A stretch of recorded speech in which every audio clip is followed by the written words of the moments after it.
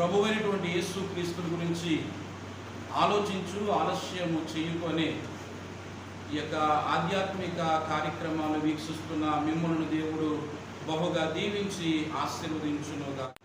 ప్రియులారా, మరి ఈ సమయంలో దేవుని యొక్క వాక్య భాగాన్ని చదవగా విందాం.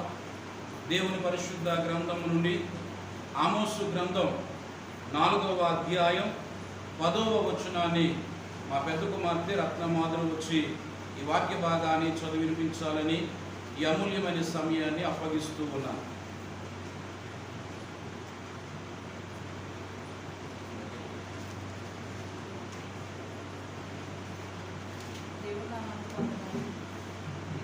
ఏర్పాటు చేయమని ఆశీర్వాదము. ఆమోసు గ్రంథం 4వ అధ్యాయం 10వ వచనం చదువుతున్నాం. మరియు నేను ఐగుప్తీయుల మీదకి తెగులు పంపించినట్లు మీ మీదకి తెగులు పంపించింది.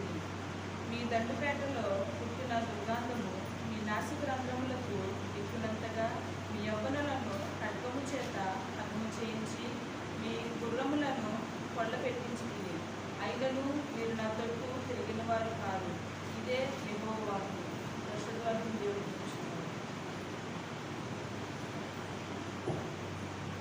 ప్రియులారా, మరి వాక్య భాగాన్ని చదువుగా మనం ఆలకించి ఉన్నాము.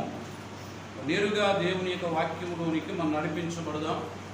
గడిచిన వారాల నుండి దేవుని యొద్ద నుంచి తెగులు అనేది ఎందుకు పంపించబడుతూ ఉంది అనే అంశాన్ని మనము ధ్యానం చేస్తూ ఉన్నాం. ఇంతవరకు 6 కారణాలు, తెగుళ్ళు అనేది దేవుని యొద్ద నుంచి పంపించబడడానికి 6 కారణాలు మనము ధ్యానం చేసి ఉన్నాము. ఈ సమయంలో దేవుని యొద్ద నుంచి తెగులు పంపించబడడానికి 7వ కారణాన్ని చెప్పడానికి దైవ సేవకునిగా నేను ఎంతగానో ఆశించుచూ ఉన్నాను. కనుక బైబిల్ గ్రంథాలు ఉన్న వారందరూ తెరిచి ఈ వాక్య భాగాలు చదవండి. ఈ వాక్యాన్ని శ్రద్ధగా ఆలకించండి. దైవాశీర్వాదాల చేత నింపబడి వాక్యము చెబుతూ ఉంటున్నప్పుడు మీ జీవితాలను మీరు పరీక్షించుకోవాలని ప్రభు నామమున మనం చేస్తూ ఉన్నాను. చదవబడిన వాక్య భాగంలో ఆమోసు గ్రంథంలో 4వ అధ్యాయము 10వ వచనాన్ని మనం చదివితే, మరియు నేను ఐగుప్తీయుల మీదకి తెగుళ్ళు పంపించినట్లు మీ మీదికి తెగులు పంపించుదని మీ దండుపేటలో పుట్టిన దుర్గంధము మీ నాసికారంధ్రములకు ఎక్కునంతగా మీ యవనులను ఖడ్గము చేత హతము చేయించి మీ గుర్రములను కొల్ల పెట్టించుదని అయినను మీరు నా తట్టు తిరిగిన వారు కారు అని వాక్యము సెలవిస్తూ ఉంది. ప్రియులారా, దేవుని యొక్క వాక్యము సెలవిస్తుంది. దేవుని యొద్ద నుంచి తెగులు అనేది ఎందుకు దేవుడు పంపిస్తూ ఉన్నాడు అంటే 7వ కారణం వాక్యం అంటుంది, దేవుని తట్టు మానవులు తిరగలేకపోతూ ఉన్నారు. దేవుని తట్టు మానవులు త్రిప్పబడలేకపోతున్నారు కనుక చూచుచున్న దేవుడు తెగుళ్ళను పంపిస్తూ ఉన్నాడు. కనీసం ఆ తెగులు వల్లనైనా మానవులు దేవుని యొద్దకు వస్తారేమో, ఆ తెగులు వల్లనైనా మానవులు దేవుని యొద్దకు నడిపించబడతారేమో అనే ఆలోచన చేత దేవుడు ఏం చేస్తున్నాడు? తెగుళ్ళను పంపిస్తూ ఉన్నాడు. చదవబడిన వాక్య భాగంలో మనం చదువుతూ ఉన్నాము కదా, ఇదిగో నేను ఐగుప్తీయుల మీదకి తెగుళ్ళు పంపించినట్లు. ఎవరి మీదకి పంపించాడు దేవుడు? ఐగుప్తీయుల మీదకి పంపించాడు. నేను పంపించినట్లుగా మీ మీదకి తెగుళ్ళు పంపించుతుని. ఎందుకు పంపించాడు దేవుడు? ఐగుప్తీయుల మీదకి ఎందుకు పంపించాడు దేవుడు అంటే తన ప్రజలను పోనివ్వటానికి, తన ప్రజలు విడిపించబడటానికి దేవుడు ఐగుప్తీయుల మీదకి తెగుళ్ళు పంపించాడు. అలాగే మీ మీదకి కూడా తెగుళ్ళు పంపించుదని వాక్యం అంటుంది. అయినను మీరు నా తట్టు తిరిగిన వారు కారు.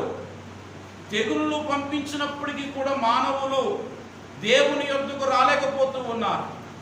తెగుళ్ళను పంపించినప్పటికీ కూడా మానవులు దేవుని తట్టు త్రిప్పబడలేకపోతున్నారు, తిరగలేకపోతూ ఉన్నారు. అంటే చూడండి, దేవుని యొక్క ఉద్దేశం ఏమిటో తెలుసా? మానవుడు ఎలాగైనా దేవుని యొద్దకు రావాలి, మానవుడు ఎలాగైనా దేవుని వైపుకు త్రిప్పబడాలి. అందుకనే వాక్యం అంటుంది, అయినను మీరు నా తట్టు తిరిగిన వారు కారు. ఇదే యెహోవా వాక్కు. చూడండి 6వ వచనాన్ని చూస్తే, మీ పట్టణములన్నింటిలోనూ నేను మీకు దంతశుద్ధి కలుగజేస్తున్నను, మీరున్న స్థలములన్నింటిలోనూ మీకు ఆహారము లేకుండా చేసినను, మీరు నా తట్టు తిరిగిన వారు కారు. ఇదే యెహోవా వాక్కు. ప్రియుల వాక్యం అంటుంది, మీకు ఆహారము లేకుండా చేసినను. తినడానికి ఏమి లేదట, తిండి లేదు అంటే దేవుడు చూడండి, మీకు ఆహారం లేకుండా చేస్తున్నాను. ఆ ఆహారం లేని పరిస్థితిని బట్టి దేవుని యొద్దకు వస్తాడేమో. ఆహారం లేని పరిస్థితిని చూసి ఒక వ్యక్తి దేవుని వైపు త్రిప్పబడతాడేమో అని దేవుడు ఏం చేస్తున్నాడు, శ్రమలు పంపిస్తున్నప్పటికీ కూడా మానవుడు ఏం చేస్తున్నాడు అంటే దేవుని యొద్దకు రాలేకపోతూ ఉన్నాడు, దేవుని తట్టు త్రిప్పబడలేకపోతున్నాడు. అదే కదా వాక్యం అంటుంది, నేను మీకు ఆహారం లేకుండా చేసినను, మీరు నా తట్టు తిరిగిన వారు కాదు. 8వ వచనములో మనం చూస్తే గనుక 2-3 పట్టణముల వారు నీళ్లు త్రాగుటకు ఒక పట్టణమునికే పోగా అచ్చట నీరు వారికి చాలకపోయెను, అయినను మీరు నా తట్టు తిరిగిన వారు కాదు. ఇదే యెహోవా వాక్కు. అర్థమవుతుందా ప్రియులరా? నీళ్లు లేకుండా చేస్తాడు దేవుడు. అంతకుముందు వచనములో ఆహారం లేకుండా చేస్తాడు. మానవునికి ఆహారం ఎంత ప్రాముఖ్యం, మానవునికి నీళ్లు ఎంత ప్రాముఖ్యం, ఆ రెండింటిని కూడా దేవుడు మానవునికి దూరం చేస్తాడు. ఆహారం లేకుండా చేస్తూ ఉన్నాడు, నీళ్లు లేకుండా చేస్తూ ఉన్నాడు. 2-3 పట్టణాలు కలిపి ఒక పట్టణానికి వెళుతున్నాయట నీళ్లు త్రాగటానికి. ఆ నీళ్లు వారికి సాలటం లేదు, కరువు వచ్చేసింది. ఎందులో కరువు వచ్చేసింది? నీళ్లు త్రాగే విషయంలో కరువు వచ్చేసింది, అలాగే తినే విషయంలో కరువు వచ్చేసింది. అయినను వాక్యం అంటుంది, మీరు నా తట్టు తిరిగిన వారు కారు. చూసాడు ప్రియులరా, దేవుడు ఎంత చక్కగా ఈ మాటలు వ్రాయిస్తున్నాడు. ఇలా చదువుతుంటుంటే నీకు అర్థమవుతుంది ఏదో తెలుసా, ఎలాగైనా మానవుడు దేవుని వైపు త్రిప్పబడాలి. మానవుడు దేవుని వైపు త్రిప్పబడడానికి ఏదైనా దేవుడు చేస్తాడు. తిండి లేకుండా చేస్తాడు, నీరు లేకుండా చేస్తాడు, వస్త్రం లేకుండా చేస్తాడు, నివాసం లేకుండా చేస్తాడు. మన పరిస్థితులు ఏం చేయాలి అంటే మనలను దేవుని యొద్దకు తీసుకురావాలి. ఇంకా మనం 9వ వచనంలో చూస్తే, మరియు మీ సస్యములను ఎండు తెగులు చేతను కాటుక చేతను నేను పాడు చేసితిని, గొంగర పురుగు వచ్చి మీ విస్తారమైన వనములను, ద్రాక్ష తోటలను, అంజూరపు చెట్లను, ఒలీవ చెట్లను తినివేసును, అయినను మీరు నా తట్టు తిరిగిన వారు కారు. ఇదే యెహోవా. ప్రతి చోట ఇదే యెహోవా వాక్కు. అంటే ఇది ఎవరో మాట అనుకుంటున్నారేమో, ఇది ఎవరిదో కాదు, నాదే. ఇదే యెహోవా వాక్కు. మీ సస్యములు ఎండు తెగులు చేతను కాటుకు చేతను ఏమైపోతున్నాయి? పాడైపోతున్నాయి.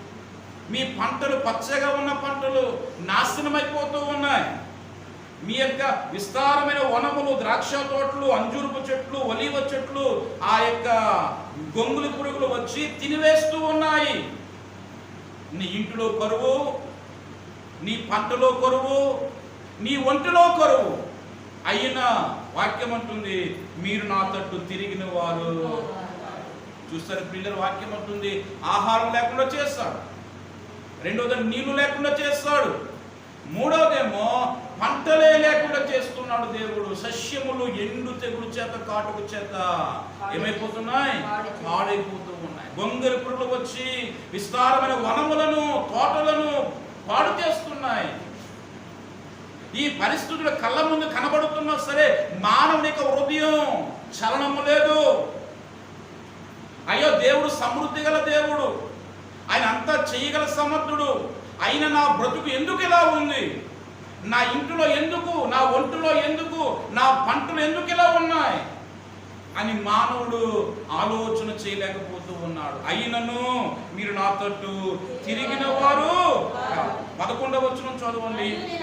దేవుడు సొదొమ గొమొర్రాలను దొర్లబోసి నాశనము చేసినట్టు నేను మీలో కొందరిని నాశనము చేయగా మీరు మంటలో నుండి తీయబడిన కొరువులైనట్టు తప్పించుకుంటురి. అయినను మీరు నా తట్టు తిరిగిన వారు కారు. ఇదే యెహోవా వాక్కు. ప్రియుల వాక్యం అంటుంది, సొదొమ గొమొర్రాలను బొర్లదోసి నాశనము చేసినట్లు నేను మీలో కొందరు నాశనము చేయగా మీరు మంటలో నుండి తీయబడిన కొరువుల వలె తప్పించుకుంటురి. అయినా ఎంత బాధతో దేవుడు చెబుతున్నాడు చూడండి. అయినా మీరు నా తట్టు తిరిగిన వారు కారు. ఇదే యెహోవా ప్రియుల వాక్యం ఉంటుందండి. ఎందుకు దేవుడు తెగుళ్ళను పంపించాడు?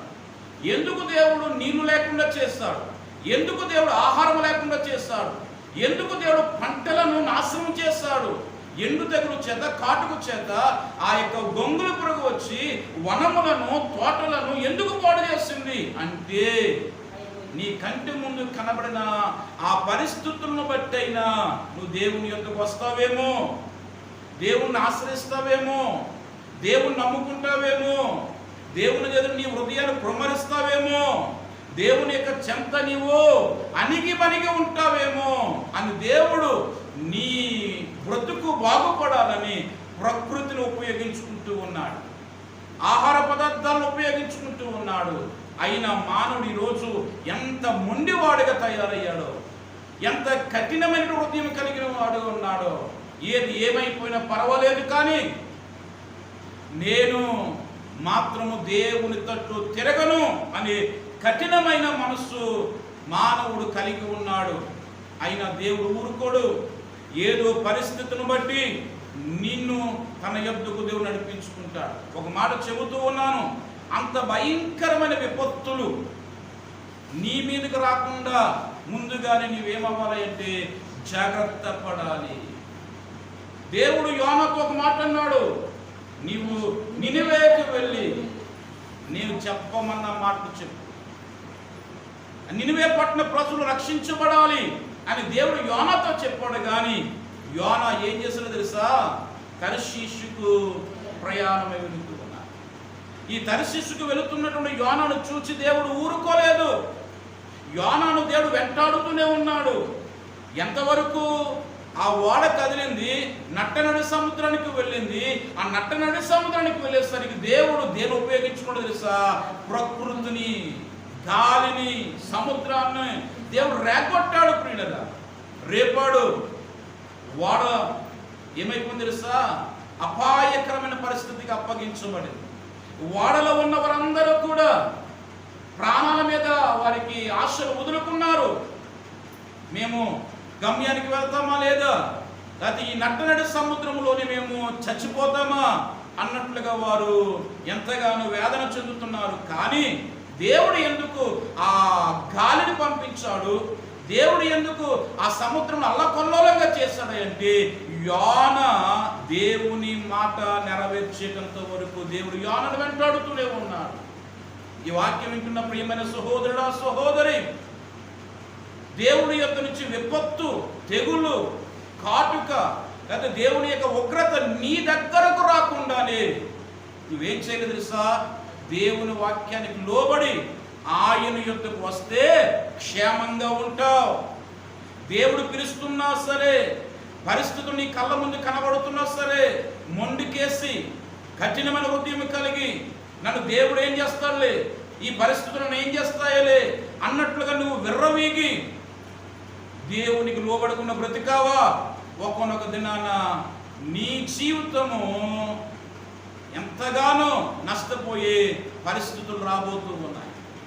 దేవుని యొద్దకు రాకుండా నువ్వు తప్పించుకుని తిరుగుతూ ఉంటేనే కనుక చూచుచున్న దేవుడు ఏదో ఒక రోజున నిన్ను పట్టుకుంటాడు. ఎలా పట్టుకుంటాడు తెలుసా?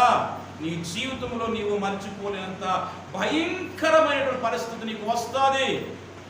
అంత గడ్డు పరిస్థితులు నీకు రాకుండా ఉండాలంటే నీవు ఉన్న కాలముగానే నువ్వు దేవుని యొద్దకు రావాలి, నువ్వు దేవుని వైపు త్రిప్పబడాలి. అందుకని వాక్యం అంటుంది, నేను ఆహారం లేకుండా చేస్తాను, అయినను మీరు నా తట్టు తిరిగిన వారు కాదు. నీళ్లు లేకుండా చేస్తాను, అయినా మీరు నా తట్టు తిరిగిన వారు కాదు. అలాగే పంటను పాడు చేస్తాను, అయినా మీరు నా తట్టు తిరిగిన వారు కాదు. ఐగుప్తీయుల మీదకి పంపించిన తెగులు మీ మీదకి పంపించాను, అయినా మీరు నా తట్టు తిరిగిన వారు కాదు. అంతేకాదు సొదొమ గొమొర్రా ఎలాగైతే అగ్ని చేత కాల్చబడిందో అటువంటి పరిస్థితుల్లో మీ మీదకి పంపించాను, అయినా మీరు నా తట్టు తిరిగిన వారు కారు అని వాక్యము సెలవిస్తూ ఉంది. ప్రియులారా, ఈ వాక్యం ఆలకిస్తున్న నీవు నీ జీవితాన్ని అర్థము చేసుకో, ఆలోచించు. నీవు దేవుని వైపు త్రిప్పబడ్డావా? దేవుని వైపు నువ్వు నడిపించబడుతున్నావా?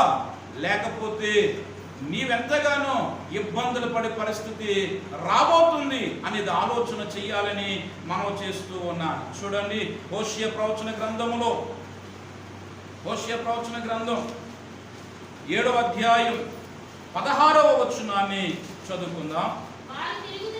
వారు తిరుగుదురు గాని సర్వోన్నతుడైన వాని యొద్దకు తిరుగరు. చాలండి, వాక్యం అంటుంది వారు తిరుగుతారు కానీ ఎవరి వైపు తిరగరట?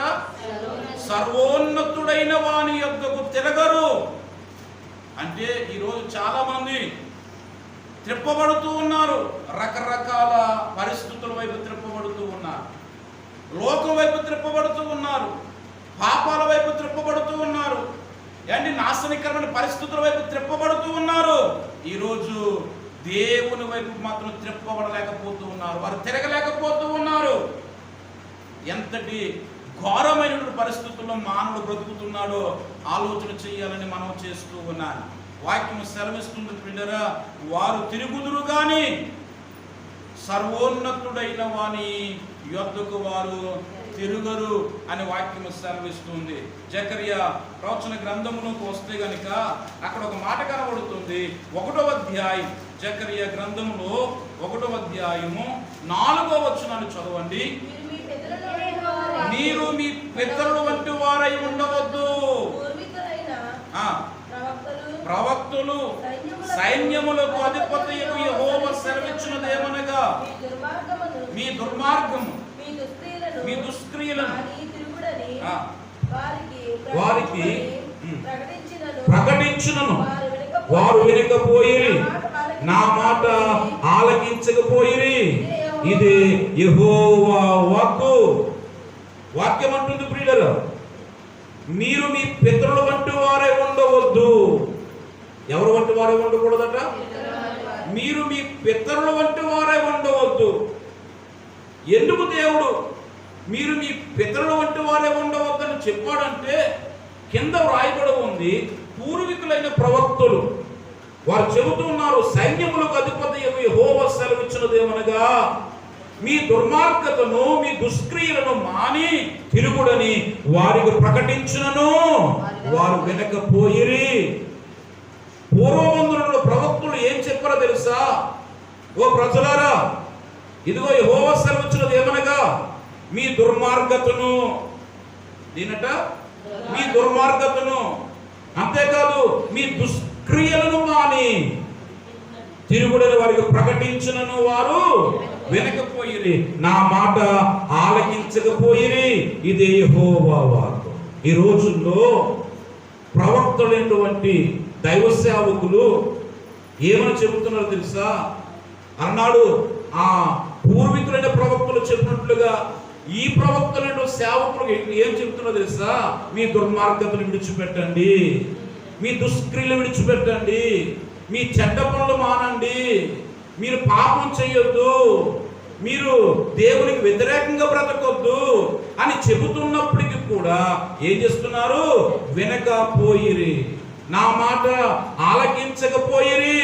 ఇది యెహోవా వాక్కు. ప్రియుల వాక్యాన్ని వినండి. అందుకనే దేవుడు ఏమన్నాడు? మీరు మీ పితరుల వంటి వారే ఉండవద్దు. పితరులు దేవుని యొక్క మాటలను వినేవారు కాదు, వారు దేవుని యొక్క మాటలను ఆలకించలేదట. ఈరోజు నీవు కూడా అలాగ ఉన్నావా? దేవుని సేవకులు వచ్చి నీకు బోధిస్తున్నా ఆ బోధకు లోబడతా లేదా? దేవుని సేవకులు వచ్చి నీకు బోధిస్తున్నా ఆ బోధకు నువ్వు చెవి యొక్కుతా లేదా? వాక్యం అంటుందండి, నీ బ్రతుకులలో నువ్వు దేవుని యొద్దకు రాకపోతే కనుక కఠినమైనటువంటి పరిస్థితుల్లో నువ్వు చిక్కుకుంటావు అనేది నేను మీకు జ్ఞాపకము చేస్తూ ఉన్నాను. చూడండి, ఇంకా మనం చదివితే కనుక ద్వితీయోపదేశ కాండమునికి వస్తే ద్వితీయోపదేశ కాండము 5వ అధ్యాయం, ద్వితీయోపదేశ కాండము 5వ అధ్యాయము 33వ వచనాన్ని చదువుకుందాం. కాబట్టి మీరు కుడికే గాని ఎడమకే గాని తిరుగక మీ దేవుడని యెహోవా ఆజ్ఞాపించినట్లు చేయుటకు జాగ్రత్త పడవలెను. మీరు స్వాధీనపరచుకునబో దేశములో మీరు జీవించుచు మేలు కలిగి దీర్ఘాయుష్మంతులగునట్లు మీ దేవుడైన యెహోవా మీకు ఆజ్ఞాపించిన మార్గములన్నిటిలోనూ నడుచుకొనవలెను. వాక్యము సెలవిస్తుంది ప్రియులారా, మీరు కుడికే గాని ఎడమకే గాని తిరుగక. ఎలా తిరగకూడదట? కుడికి గాని ఎడమకు గాని తిరుగక. చాలా జాగ్రత్తగా వాక్యాన్ని వినాలి.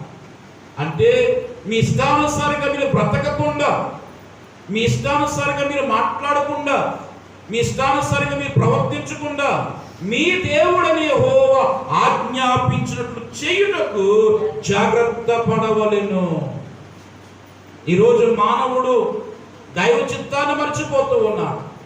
నా నోరు నా ఇష్టం, నా చేతులు నా ఇష్టం, నా యొక్క శరీరం నా ఇష్టం, నా కాలు నా ఇష్టం, నా బ్రతుకు నా ఇష్టం అనేటటువంటి మాటలు ఈరోజు మానవుడు పలుకుతూ ఉన్నాడు. ప్రియులుగా వాక్యం అంటుంది, నువ్వు కుడికే గాని ఎడమకే గాని తిరుగక. ఏం చేయాలి తెలుసా? నీ దేవుడనే యెహోవా నీకు ఆజ్ఞాపించినట్లు చేయుటకు జాగ్రత్త పడాలి. వాక్యం పట్ల నీకు జాగ్రత్త లేకపోతే దేవుని యొద్ద నుంచి ఉగ్రత వస్తా.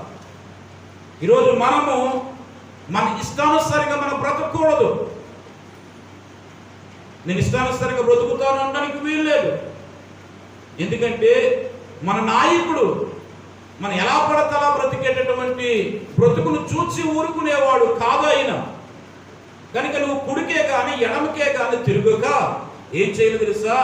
నీ దేవుడిని యెహోవా నీకు ఆజ్ఞాపించినట్లు చేయుటకు జాగ్రత్త వహించాలి. జాగ్రత్త వహించాలి.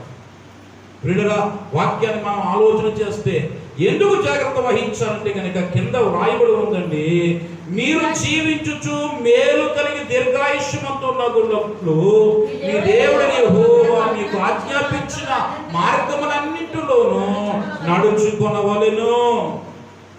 ఎందుకు నువ్వు కుడికి కానీ ఎడమకి కానీ తొలగిపోకుండా తిరగకుండా వాక్యానుసారం ఎందుకు నువ్వు బ్రతకటానికి జాగ్రత్త పడాలంటే వాక్యం అంటుంది, మేలు కలిగి దీర్ఘాయుష్మంతుడగా వాలంటే గనుక నిష్ఠానుసారంగా నువ్వు బ్రతుకుతే కుదరదు. దేవునికి ఆశీర్వాదాలు నీ మీదకి రావాలి అంటే గనుక, దేవుడు నీకు సహాయం చెయ్యాలి అంటే గనుక నిష్ఠానుసారంగా నువ్వు బ్రతుకుతే కుదరదు. వాక్యం అంటుంది, నీ దేవుడు యెహోవా నీకు ఆజ్ఞాపించినట్లు చేయుటకు జాగ్రత్త పడాలి. జాగ్రత్త పడితే మేలు చేత దేవుడు నింపుతాడు. జాగ్రత్త పడితే దీర్ఘాయుష్యునిస్తాడు. దేవుని యొక్క వాక్యానికి మనం లోబడితే అనేక విధాలుగా మనము ఆశీర్వదించబడతాం. అందుకని వాక్యం సెలవిస్తుంది. చూడండి, ఈ రోజుల్లో చాలా మంది ఎలా ఉన్నారంటే, సామెతల గ్రంథానికి వస్తే 21వ అధ్యాయం, సామెతల గ్రంథంలో 21వ అధ్యాయం 16వ వచనాన్ని చదవండి. వివేక మార్గమును విడిచి తిరుగువాడు ప్రేతల గుంపులో కాపురముండును. వాక్యం అంటుంది, వివేక మార్గమును విడిచి తిరుగువాడు. ఏ మార్గం అట? వివేక మార్గం అంటే మంచి మార్గం. మంచిదండి, వివేకం అనేది మంచిది. ఇప్పుడు వివేక మార్గాన్ని విడిచి తిరుగువాడు ఎలా ఉన్నాడంటే ప్రేతల గుంపులో కాపురముంటున్నాడు. భయంకరంగా ఉందో తెలుసా? ప్రేతలు అంటే చచ్చిన వారు. ప్రేతులు అంటే చచ్చిన వారండి. ఇప్పుడు వివేక మార్గాన్ని విడిచి తిరిగి వాడు ఎక్కడ ఉంటున్నాడు? చచ్చిన వారి దగ్గర కాపురం ఉంటున్నాడట. ఈరోజు దేవుని తట్టు తిరగకుండా లోకం వైపు తిరిగేటటువంటి వారు చాలా మంది ఉన్నారు. ఇప్పుడు దైవ సేవకుడు చెప్పినా నీ మాట నేను ఆలకించడం ఏమిటి అన్నట్లుగా ఈరోజు మానవులు తిరుగుబాటు స్వభావాన్ని కలిగిన వారుగా కనబడుతూ ఉన్నారు. ప్రియులుగా నేను ఒక మాట చెబుతున్నాను, నువ్వు దైవజనుడికి భయపడకపో, లోబడకపో, కానీ వాక్యానికి మాత్రం లోబడకపోతే, వాక్యానికి భయపడకపోతే నువ్వెక్కడ ఉంటావు తెలుసా? ప్రేతల గుంపులో నీవు ఉంటావు, చచ్చిన వారి గుంపులో నీవు ఉంటావు. ఎందుకు తెలుసా? మంచి మార్గాన్ని, వివేక మార్గాన్ని విడిచి నువ్వు తిరుగుతున్నావు కనుక నీ జీవితము నీ చేతులారా మరణానికి అప్పగించుకుంటున్నావు, పాడు చేసుకుంటున్నావు. అందుకని వాక్యం అంటుంది, కుడికి గాని ఎడమకు గాని తిరుగక యెహోవా ఆజ్ఞాపించినట్లు చేయుటకు జాగ్రత్త పడాలి. అంతటి జాగ్రత్త నీకు ఉంటే నీవు ప్రేతల గుంపులో ఉండటానికి దేవుడు ఇష్టపడడు. దేవుణ్ణి ఆశీర్వదించబడిన వారి మధ్యలో ఉంచుతాడు తప్ప ప్రేతల మధ్యలో దేవుడు నిన్ను ఉంచడు. మరి ఎందుకు ఆ పరిస్థితి నీకు వస్తూ ఉంది అంటే ప్రియుల వాక్యం అంటుంది నీవు వివేక మార్గాన్ని విడిచితే. ఈరోజు ఎవరు ప్రేతలు అంటే ఎవరు? దేవునికి దూరంగా ఉన్నవారు. ఏ ప్రేతలు? చచ్చిన వారు. వాక్యం ఏమంటుంది? మీరు ఆ ఫలము తిను దినమున నిశ్చయముగా చచ్చెదరు. అవ్వమ్మతో దేవుడు మాట్లాడుతున్నాడు, ఆదాముతో దేవుడు మాట్లాడుతున్నాడు. ఆ ఫలము తిను దినమున చచ్చిపోతారు. కానీ ఆ ఫలాన్ని తిన్న తర్వాత కూడా వారు బ్రతికారు. అంటే దేవుని దృష్టిలో ఎందుకు చావు అనే మాట ఉపయోగించాలంటే వారు ఆనాటి నుంచి కూడా దేవునికి ఏమయ్యారు? దూరం అయిపోయారు. ఈరోజు దేవునికి దూరంగా బ్రతుకుతున్న నీవు ఎవరో తెలుసా? చచ్చిన వారితో సమానం. అందుకని వాక్యం అంటుంది, నువ్వు బ్రతికి ఉన్న పేరు ఉంది కానీ నువ్వు మృతుడవే అని వాక్యం సెలవిస్తుంది. ఈరోజు చాలా మందిలో జీవము లేదు, చాలా మందిలో వాక్యము లేదు, చాలా మందిలో దైవత్వము లేదు, ఆధ్యాత్మిక జీవితం లేకుండా బ్రతుకుతున్నారు ఈ లోకంలో. వారందరూ కూడా వాక్యం అంటుంది ప్రేతల గుంపులో వారు ఉన్నారు. అటువంటి ప్రేతల గుంపులు ఎవరు బ్రతుకుతున్నారంటే ఎవరైతే వివేక మార్గాన్ని విడిచి తిరుగుతున్నాడో అటువంటి వారందరూ కూడా ప్రేతల గుంపులో కాపురం ఉండేవారుగా కనబడుతూ ఉన్నారు. అందుకనే ప్రియులరా, అదే జ్ఞాని అంటున్నాడు. మొదటి అధ్యాయం సామెతల గ్రంథం మొదటి అధ్యాయం 23వ వచనాన్ని చదువుతే, నా గద్దింపు విని తిరుగుడి, ఆలకించుడి, నా ఆత్మ మీ మీద కృమ్మరించదును, నా ఉపదేశమును మీకు తెలిపెదను. నేను పిలవగా మీరు వినకపోయిరి, నా చెయ్యి చాపగా ఎవరునూ లక్ష్య పెట్టకపోయిరి. చాలండి, వాక్యము సెలవిస్తుంది ప్రియులరా. నా గద్దింపు విని తిరుగుడి. దేవుడు అంటున్నాడు, తిరగండి అయ్యా ప్రజలారా, నా వైపు తిరగండి. మీరు, నేను మిమ్మల్ని గద్దిస్తూ ఉన్నాను, నేను మిమ్మల్ని హెచ్చరిస్తూ ఉన్నాను. ఏ విధంగా హెచ్చరిస్తున్నాను? పరిస్థితులు నీకు అనుకూలంగా ఉండవు. తినడానికి తిండి ఉండకపోవచ్చు, త్రాగడానికి నీళ్లు లేకపోవచ్చు, లేకపోతే నువ్వు పండించే పంట నాశనం అయిపోవచ్చు. అంతేకాదు తెగుళ్ళు నీ మీదకి రావచ్చు. అంతేకాదు సుదేమ గొమేరలో ఉన్నటువంటి వాతావరణం నీలో ఉండొచ్చు, నీ ఇంటిలో ఉండొచ్చు. ఆ పరిస్థితుల వలన దేవుని గద్దిస్తూ ఉన్నాడు. పరిస్థితులు ఎన్ని గద్దించాలి? అయ్యా వాక్యం అంటుంది, నా గద్దింపు విని తిరుగుడి, నా గద్దింపు విని తిరగండి. ఎక్కడ తిరగాలి? నా వైపు తిరగండి, నా వైపు తిరగండి. అదే 24వ వచనం అంటుంది, నేను పిలవగా మీరు వినకపోతుంది, నా చెయ్యి చాపగా ఎవరునూ లక్ష్య పెట్టకపోయింది. చూసారా ప్రియులరా, దేవుడు పిలుస్తూ ఉన్నాడు. ప్రయాసపడి భారం మోస్తున్న సమస్త జనులారా నా యొద్దకు రండి, నేను మీకు విశ్రాంతినిస్తాను. దేవుడు పిలుస్తూ ఉన్నాడు. అయినా ఈరోజు మనుషులు వినకపోతూ ఉన్నారు. దేవుడు అంటున్నాడు, నేను పిలవగా మీరు వినకపోతురి. దేవుని మాట లెక్క చేయటం లేదు. ఆయన రమ్మంటున్నా చాలా మంది రావటం లేదు. ఈరోజు పాస్టర్ గారు, అమ్మా మందిరం రా, దేవుని నమ్ముకో, ప్రార్థన చెయ్యి అంటే చాలా మంది ఏమంటున్నారో తెలుసా, వాయిదాలు వేస్తూ ఉన్నారు. నేను ఇంకా రావడానికి చాలా రోజులు ఉన్నాయండి అంటూ ఉన్నారు. నేను దేవుని నమ్ముకోవడానికి ఇంకా చాలా కాలం ఉందండి అంటూ ఉన్నారు. కానీ వాక్యం ఉంటుంది, నేను పిలువగా మీరు వినకపోతురి. ఆలోచన చేయండి, నా గద్దింపు విను తిరుగుడి అని మాట్లాడుతున్నాడు. మీరు తిరగలేదు కనుక, నేను గద్దింపుగా మీరు లోబడకపోతురి కనుక. 25వ వచనంలో నేను చెప్పిన బోధ ఏమి మీరు వినక త్రోసివేసిరి, నేను గద్దింపుగా లోబడకపోతురి. ప్రియులారా, అప్పటి నుంచి ప్రారంభించబడిందండి. కాబట్టి ఏమన్నాడు? కాబట్టి అంతకుముందు ఏమన్నాడు? దేవుడు పిలిచాడు. అంతకుముందు ఏమన్నాడు? చెయ్యి చాపాడు. అంతకుముందు బోధ చేశాడు. కానీ వేటికి కూడా మానవుడు కదలలేదు. దేవుడు పిలిచినప్పుడు మానవుడు క్షేమంగా ఉన్నాడు, ఆరోగ్యంగా ఉన్నాడు, అన్ని బాగున్నాయి. నువ్వు పిలిస్తే నేను రావటం ఏంటన్నట్లుగా మానవుడు ఏమైపోతున్నాడు? దేవునికి దూరం అయిపోతూ ఉన్నాడు. ఆయన మాట త్రోసేస్తున్నాడు. ఆయన చెయ్యి చాపగా ఎవరు లక్ష్య పెడతలేదు. అందుకని 26వ వచనం, కాబట్టి పిల్లగా, కాబట్టి మీకు అపాయము కలిగినప్పుడు నేను నవ్వెదను, మీకు భయము వచ్చినప్పుడు నేను అపహాస్యము చేసేదను. భయము మీ మీద తుఫాను వలె వచ్చినప్పుడు, సుడిగాలి వచ్చినట్లు మీకు అపాయము కలిగినప్పుడు, మీకు కష్టము దుఃఖమును ప్రాప్తించినప్పుడు నేను అపహాస్యము చేసేదను. అప్పుడు వారు నన్ను గురించి మొర్రపెట్టుదురు గాని నేను ప్రత్యుత్తరం ఇయ్యకుందును, నన్ను శ్రద్ధగా వెతికదురు గాని వారికి నేను కనబడకుందును. వాక్యం ఏముంటుంది తెలుసా? అపాయము వస్తుంది. అపాయము వస్తుంది. ఎవరి మీదకి? ఎవరి మీదకమ్మా అపాయం వచ్చేది? ఎవరి మీదకమ్మా భయం వచ్చేది? ఎవరి మీదకమ్మా ఆ భయం తుఫాను వలె వచ్చేది? ఎవరి మీదకో తెలుసా? ఎవరైతే దేవుణ్ణి లెక్క చేయకుండా బ్రతుకుతున్నారు, ఎవరైతే వాక్యాన్ని పట్టించుకోకుండా బ్రతుకుతున్నారు. నాకు ఇంకా ఆరోగ్యం ఉంది, నాకు ఇంకా అది ఉంది, ఇది ఉందని దేవుడు పిలుస్తున్నప్పటికీ కూడా దేవుని మాట లెక్క చేయని వారందరి మీదకి కూడా దేవుడు ఏం పంపిస్తున్నాడు? అపాయములు, ఆపదలు. అంతేకాదు భయము. ఎలా వస్తుందో తుఫాను వలె. అసలు ఒక పరిస్థితి వచ్చి భయపడితేనే మన యొక్క శరీరం అంతా ఏమైపోతుంది? అల్లకల్లోలమైపోతుంది. అలాంటి భయమట ఎలా వస్తుందో మన మీదకి? తుఫాను వలె. తుఫాను అంటే ఎలాంటిది తెలుసా? అన్నింటిని కూడా నాశనం చేసేది.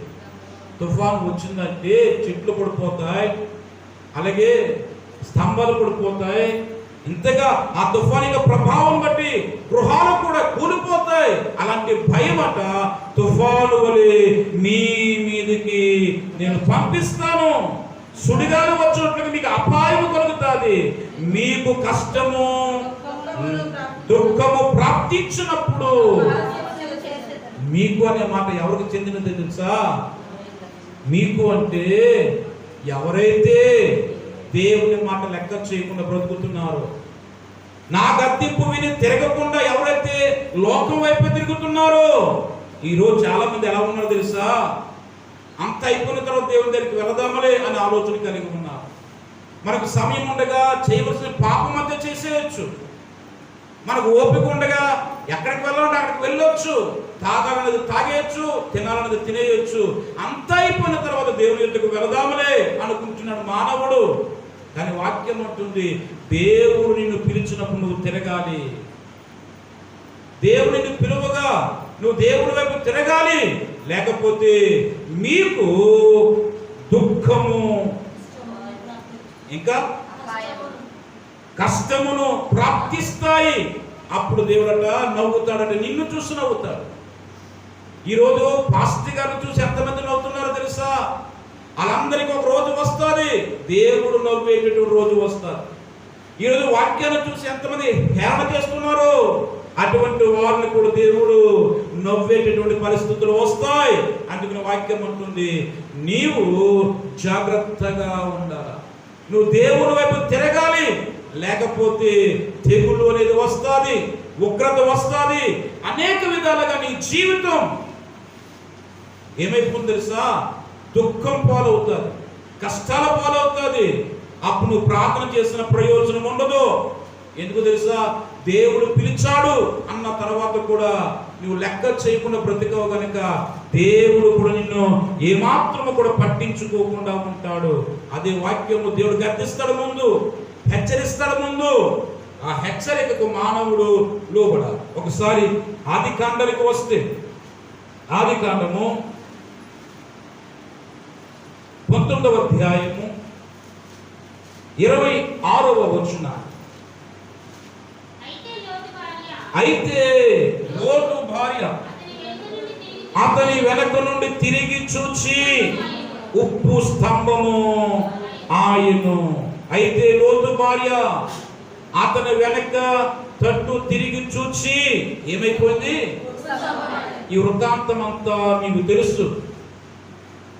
దేవుడు సొదొమ గొమొర్రా పట్టణాలను నాశనం చేయబోతూ ఉన్నారు. ఆ సొదొమ గొమొర్రా పట్టణాలలో ఎవరున్నారు? లోతు కుటుంబం కనబడుతూ ఉంది. దేవదూతలు వచ్చారు, లోతును ఈ ప్రాంతాలు విడిచిపెట్టి వెళ్ళిపో అంటూ ఉన్నారు. ఈ ప్రాంతంలో ఉంటే నీవు కూడా ఏమైపోతావు? నాశనం అయిపోతావు అని. ఏం చేస్తారో తెలుసా? కింద మనం చదువుతూ ఉన్నాము, 17వ వచనం. ఆ దూతలు వారిని వెలుపలికి తీసుకుని వచ్చిన తర్వాత ఆయన నీ ప్రాణమును దక్కించుకున్నట్లు పారిపోము, నీ వెనుకకు చూడకము, ఈ మైదానములో ఎక్కడను నిలవక నీవు నశించిపోకుండా ఆ పర్వతమునకు పారిపోమని చెప్పగా. చాలండి, వాక్యం అంటుంది ప్రియులరా.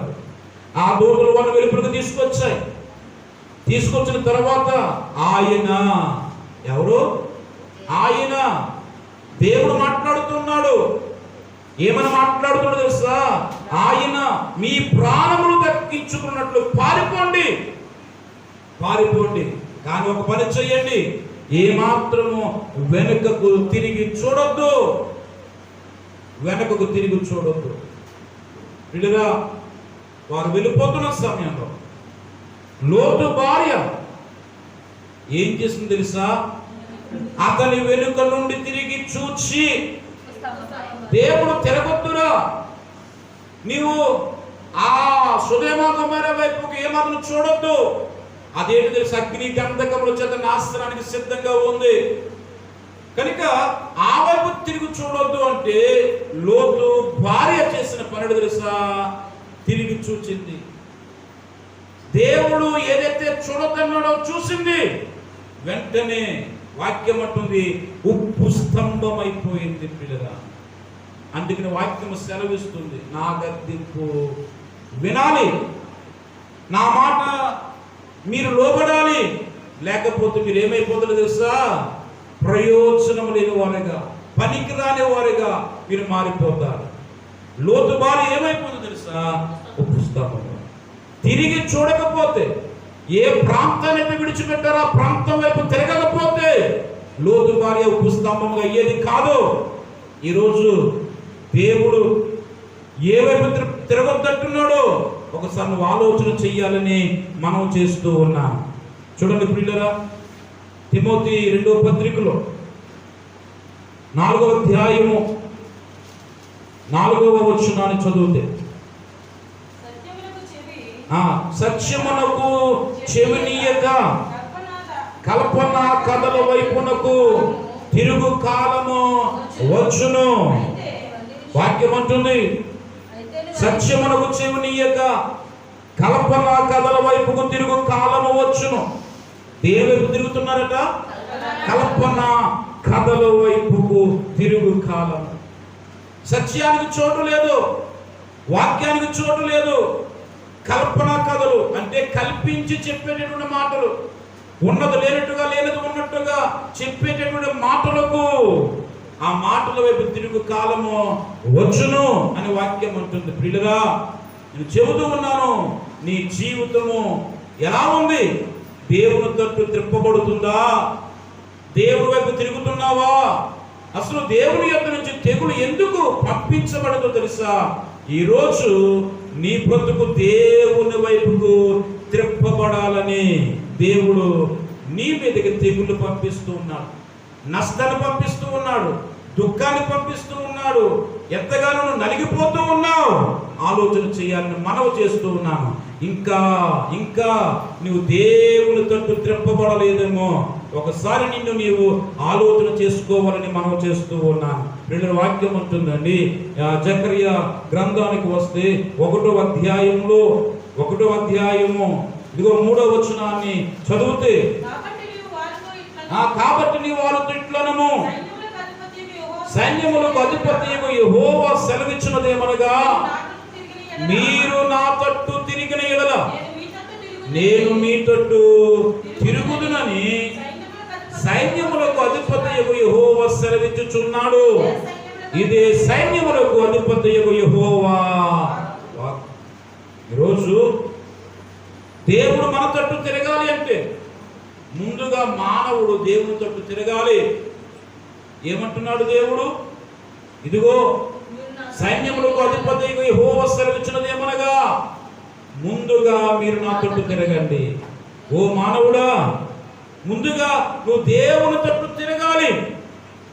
అప్పుడట దేవుడు నీ తట్టు తిరుగుతాడు. ఈరోజు మానవుడికి మనస్సు లేదు దేవుని తట్టు తిరగడానికి. ఇక దేవుడు అలాగ మానవుని తట్టు తిరుగుతాడు. ఈరోజు వాక్యానికి లోబడాలనే మానవుడికి మనస్సు లేదు. మరి వాక్యములో ఉన్న ఆశీర్వాదాలు ఎలా వస్తాయి మన మీదకి? వాక్యం అంటుంది, నీవు నా తట్టు తిరిగిన యెడల నేను మీ తట్టు తిరుగుతాను. ఇప్పుడు నేను ఒక మాట చెబుతున్నాను. దేవుని తట్టు తిరగడం అంటే ఏమిటి? దేవుని తట్టు తిరగడం అంటే ఆ ప్రక్కన ఉన్నవాడు ఈ ప్రక్కకు తిరగడమా? అదే లోకంలో ఉన్నవాడు మందిరానికి వచ్చేయడమా? దేవుని తట్టు తిరగడం అంటే ఏమిటి? ఆయన అంటున్నాడు అండి, మీరు నా తట్టు తిరిగిన యెడల నేను మీ తట్టు తిరుగుతున్నాను. అసలు దేవుని తట్టు తిరగడం అంటే ఏడు తెలుసా? వాక్యంలో ఒకసారి మనం ఆలోచన చేద్దాం. అపోస్తుల కార్యముల గ్రంథం, అపోస్తుల కార్యములు 3వ అధ్యాయం పేతురు మాట్లాడుతున్న మాటలు 20వ వచనాన్ని చదువుకో. నీ కొరకు నియమించిన క్రీస్తు యేసును ఆయన పంపునట్లును.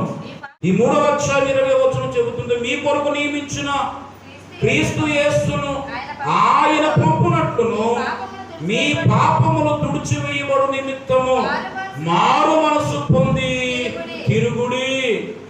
వాక్యం అంటుంది, మానవుడు దేవుని తట్టు తిరగడం అంటే ఏంటో తెలుసా? ఈ ఒంటిని అంటే ఈ శరీరం తిప్పుకోవడం కాదు దేవుని తట్టు తిరగడం అంటే. ఈరోజు చాలా మంది మందిరానికి వచ్చిన వారు అందులో దేవుని తట్టు తిరిగిన వారా? మందిరానికి వచ్చిన వాడు దేవుని తట్టు తిరిగిన వారా? ఈరోజు బైబిల్ చేతపట్టిన వాడు దేవుని తట్టు తిరిగిన వాడా? ఈరోజు ప్రార్థన చేసిన వాడు దేవుని తట్టు తిరిగినట్లా? వాక్యం అంటుంది, దేవుని తట్టు తిరగడం అంటాడు తెలుసా? మారు మనస్సు పొందినవాడే. నిజంగా మనం దేవుని తట్టు తిరిగిన వారము అన్నట్లుగా మనము ఎలా నిర్ధారణ చేసుకోవాలంటే, నీకు మారు మనస్సు రావాలి. అదే పేతురు జ్ఞాపకం చేస్తూ ఉన్నాడు, మీ పాపములు తుడిచివేయబడు నిమిత్తమును మారు మనస్సు పొంది తిరగండి. మారు మనస్సు పొంది తిరగండి. మీరు మారు మనస్సు లేకుండా దేవుని తట్టు తిరిగినా ప్రయోజనము లేదు. ఇస్కరియోతు యోధాకు దేవుని తట్టు ఉంటున్నాడు, దేవునితో అడుగులు వేస్తున్నాడు, కానీ ఏమి లేదు చెప్పండి? మారు మనస్సు లేదు. దేవుణ్ణి అప్పగించడానికి ఇష్టపడుతూ ఉన్నాడు. డబ్బులు కాసపడి ఏమని చేస్తున్నాడు?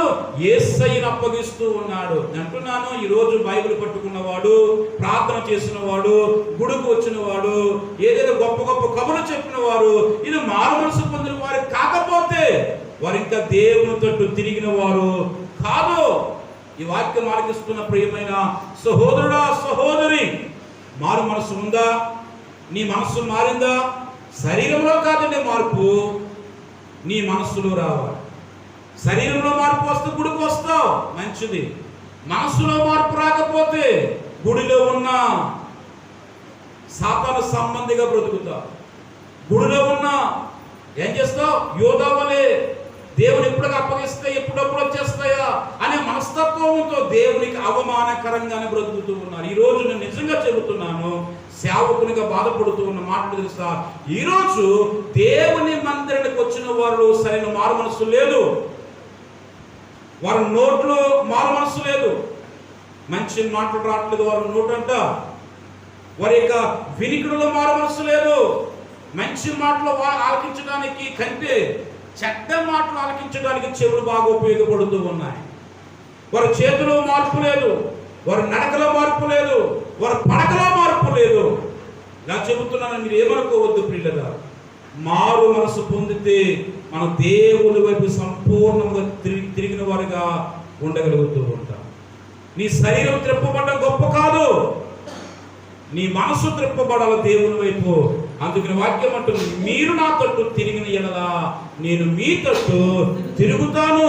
ఇది సైన్యములకు అధిపతియగు యెహోవా వాక్కు. హల్లెలూయా. 2 దినవృత్తాంతాల గ్రంథానికి వస్తే 6వ అధ్యాయము, 2వ దినవృత్తాంతాల గ్రంథం 6వ అధ్యాయము 26వ వచనాన్ని చదువుకుందాం. వారు నీ దృష్టి ఎదుట పాపము చేసినందున ఆకాశము మూయబడి వాన కురియకున్నప్పుడు వారు ఈ స్థలము తట్టు తిరిగి ప్రార్థన చేసి నా నామమును ఒప్పుకొని నీవు వారిని శ్రమ పెట్టినప్పుడు వారు తమ పాపములను విడిచిపెట్టి తిరిగిన ఎడల. చాలండి, వాక్యం అంటుంది, వారిని దృష్టి ఎదుట పాపం చేసినందున దేవుడు ఏం చేశాడు? ఆకాశాన్ని మూసేశాడు. వర్షం రావడం లేదు. వర్షం రాకపోతే మానవ జీవితానికి మనుగడ లేదు, పంటలు పండవు, మానవుడు ఏమైపోతాడు? అనేక విధాలుగా నష్టపోతాడు. వాక్యం అంటుందండి, ఇదిగో ఈ స్థలము తట్టు తిరిగి, ఏ స్థలము తట్టు? దేవుని తట్టు తిరిగి ప్రార్థన చేసి నీ నామమును ఒప్పుకొని నీవు వారిని శ్రమ పెట్టినప్పుడు, ఏ పెట్టాడట? శ్రమ పెట్టినప్పుడు వారు తమ పాపములను విడిచిపెట్టి తిరిగిన ఎడల. ఒకసారి 7వ అధ్యాయం 14వ వచనంలో కూడా కనబడుతున్నాను. నా పేరు పెట్టబడిన నా జనులు తమ్మును తాము తగ్గించుకుని ప్రార్థన చేసి నన్ను వెతికి తమ చెడు మార్గములను విడిచిన ఎడల ఆకాశము నుండి నేను వారి ప్రార్థన విని వారి పాపములను క్షమించి వారి దేశములను స్వస్థపరచుదును. వాక్యం అంటుంది ప్రియులరా, నా పేరు పెట్టబడిన నా జనులు. ఎవరి పేరు? నా పేరు పెట్టబడిన నా జనులు తమను తాము తగ్గించుకుని ప్రార్థన చేసి నన్ను వెతికి తమ చెడు మార్గములను విడిచిన ఎడల ఆకాశము నుండి వారి ప్రార్థన విని వారి పాపాలు క్షమించి ఏం చేస్తారు తెలుసా? దేశం మీదకి స్వస్థత పంపుతారు. దేశానికి రోగం ఉండదు, దేశమంతా క్షేమముగా సంతోషంగా ఉంటుంది అంటున్న ప్రియులరా. నీ దేశమైనా నీ దేహమైనా స్వస్థత పడాలి అంటే కనుక నీవు దేవుని తట్టు తిరగాలి. దేవుని తట్టు తిరిగిన వాడు తమ చెడు మార్గములను విడిచి ఆకాశమందున్న దేవునికి ప్రార్థన చేయాలి. చెడు మార్గాలు విడిచిపెట్టకుండా, చెడుతనాన్ని విడిచిపెట్టకుండా ప్రార్థన చేసిన దేవుడు పాపుల మనవి ఆలకింపడు. ఆయన పాపుల ప్రార్థన ఆలకించేవాడు కాదు. అంటున్నాను, దేవుడు శ్రమ పెట్టినప్పుడు నువ్వేం చేయాలి? ఆయన తట్టు తిరగాలి. ఆయన తట్టు తిరిగి నువ్వేం చేయాలి? ప్రార్థన చేయాలి. ఎప్పుడైతే ప్రార్థన చేస్తావో, దేవుని తట్టు తిరుగుతావో, వాక్యం అంటుంది, ఇదిగో వారి దేశమును స్వస్థపరుస్తాను. ప్రియులారా, ఎస్సీ ప్రవచన గ్రంథం 55వ అధ్యాయం 55వ అధ్యాయం ఎస్సీ ప్రవచన గ్రంథం 7వ వచనాన్ని కూడా చదువుకుందాం. భక్తిహీనులు తమ మార్గములను విడవవలెను, దుష్టులు తమ తలంపులను మానవులను యెహోవా వైపు తిరిగిన ఎడల ఆయన వారి యందు జాలిపడును. వారు మన దేవుని వైపు తిరిగిన యెడల ఆయన బహుగా క్షమించును. వాక్యం అంటుంది, వారు మన దేవుని వైపు తిరిగిన యెడల దేవుడు ఏం చేస్తున్నాడు? వారిని బహుగా క్షమిస్తూ ఉన్నాడు. మన దేవునితో తిరిగితే దేవుడు మమ్మల్ని క్షమిస్తాడు. సిలువలో దొంగ దేవుని వైపు త్రిప్పబడ్డాడు. అయ్యా, నీ రాజ్యములో నన్ను జ్ఞాపకం చేసుకో అన్నాడు. వాడు నేరస్తుడండి. బైబిల్ చదివితే ఇద్దరు నేరస్తుల మధ్యలో యేసయ్య సిలువ వేయబడ్డాడు అని వ్రాయబడి ఉంది. మరి నేరస్తుడు పరదేశంకి ఎందుకు వెళ్ళాడు అంటే ఆ నేరస్తుడి యొక్క ప్రతి పాపాన్ని దేవుడు క్షమించాడు. ఎందుకు క్షమించాడు తెలుసా? ఆ నేరస్తుడైనటువంటి దొంగ దేవుని వైపు తన మనసు త్రిప్పుకున్నాడు, పాపాలు ఒప్పుకున్నాడు, ప్రార్థన చేశాడు. ఎప్పుడైతే వాడు దేవుని వైపు త్రిప్పుకున్నాడు, తన బ్రతుకును మనసు మార్చుకున్నాడు, దేవుడు అంటున్నాడు, నేడే నీవు నాతో కూడా పరదేశంలో ఉంటావు, పరదేశంలో ఉంటావు. ఆఖరిగా ఒక్క మాట చెప్పి నేను ముగించడానికి ఇష్టపడుతూ ఉన్నా. యోబు గ్రంథానికి వస్తే, యోబు గ్రంథం 22వ అధ్యాయం 23వ వచనం. సర్వశక్తుల వైపు నువ్వు తిరిగిన యెడల నీ గుడారములో నుండి దుర్మార్గమును దూరముగా తొలగించిన యెడల నీవు అభివృద్ధి పొందెదవు. వాక్యము సెలవిస్తుంది. నీవు ఎవరి వైపు తిరగాలి? సర్వశక్తుల వైపు తిరిగిన యెడల నీ గుడారములో ఉన్న దుర్మార్గమును దూరముగా తొలగించిన యెడల నీవు అభివృద్ధి పొందుతావు. ఈరోజు మానవుడి జీవితం ఎందుకు అభివృద్ధి లేదు? మానవుడు ఎందుకు పతనమైపోతూ ఉన్నాడు? మానవుడు ఎందుకు క్షీణించిపోతూ ఉన్నాడు అంటే సర్వశక్తుడైన దేవుని వైపుకు మానవుడు ఇంకనూ త్రిప్పబడలేకపోతూ ఉన్నాడు. ఈ ప్రభువైన యేసుక్రీస్తుల గురించి ఆలోచించు, ఆలస్యము చేయకు అనే ఈ ఆధ్యాత్మిక కార్యక్రమం ద్వారా దేవుని యొక్క వాక్యం ఆలకిస్తున్న ప్రియమైన సహోదరుడా, సహోదరి, దేవుని వైపుకు నీవు త్రిప్పబడ, అది దేవుని యొక్క ఉద్దేశమై ఉన్నది. ఒకవేళ దేవుడిని పిలుస్తున్నా, దేవుని స్వరం నీకు వినబడుతున్నా పట్టించుకోకుండా ఉన్నావేమో, జాగ్రత్త. ఒకనొక దినాన నువ్వు నష్టపోతావు. దేవుడు నువ్వు శ్రమలకు అప్పగిస్తాడు. భయము నీ మీదకి తుఫాను వలె వస్తుంది, సుడిగాలి వచ్చినట్లు అపాయం నీ మీదకి వచ్చి పడుతుంది. అప్పుడు నీ బ్రతుకు ఏమైపోతుందో ఆలోచన చెయ్యి. అంత క్లిష్టమైనటువంటి కఠినమైన పరిస్థితులు నీకు రాకుండా, నీ ఇంటికి రాకుండా ఉండాలంటే దేవుడు నిన్ను పిలిచినప్పుడు నువ్వు దేవుని వైపు త్రిప్పబడు. దేవుని వైపు త్రిప్పబడటం అంటే తెలుసా? నీ మనస్సు మార్చుకుని దేవుణ్ణి వెంబడించడమే. నీ పాప జీవితాన్ని విడిచిపెట్టి, నీ చెడు మార్గాన్ని విడిచిపెట్టి దేవుణ్ణి వెంబడించడమే దేవుని వైపు తిరగడం అంటే. కనుక ఈ వాక్యం ఆలకించు. నీవు నీ బ్రతుకును సరి చేసుకో. దేవుని యొద్ద నుంచి తెగుళ్ళు ఎందుకు పంపించబడుతున్నాయి అనేది ఏడవ కారణాన్ని మనం ధ్యానం చేసాం. ఎందుకు పంపించబడ్డాయి అంటే, ఇదిగో దేవుడు తెగుళ్ళు పంపించిన సరే మీరు నా తట్టు తిరిగిన వారు కారు అని దేవుడు మాట్లాడుతూ ఉన్నారు. నీ పరిస్థితులు కఠినంగా ఉన్నాయా? అర్థం చేసుకో. నేను దేవుని యొద్దకు వెళ్తే నా పరిస్థితులు తారుమారైపోతాయి, నా పరిస్థితులు చక్కదిద్దబడతాయి అని నువ్వు మనస్సు మార్చుకుని దేవుని వైపు త్రిప్పబడు. దేవుని యొద్దకు రా. దేవుని ఆశీర్వాదాల చేత నింపబడు. అంతటి కృపా భాగ్యం దేవుడు మీకును మీ కుటుంబానికి అనుగ్రహించి నడిపించునుగాక. ఆమేన్. మా address pastor G Ravikumar Jyothibabu, P E Chinnayipalem, Thondangi మండలం, తూర్పుగోదావరి జిల్లా, ఆంధ్రప్రదేశ్. Pin code 533406. మా ఫోన్ నెంబర్ 8106812171.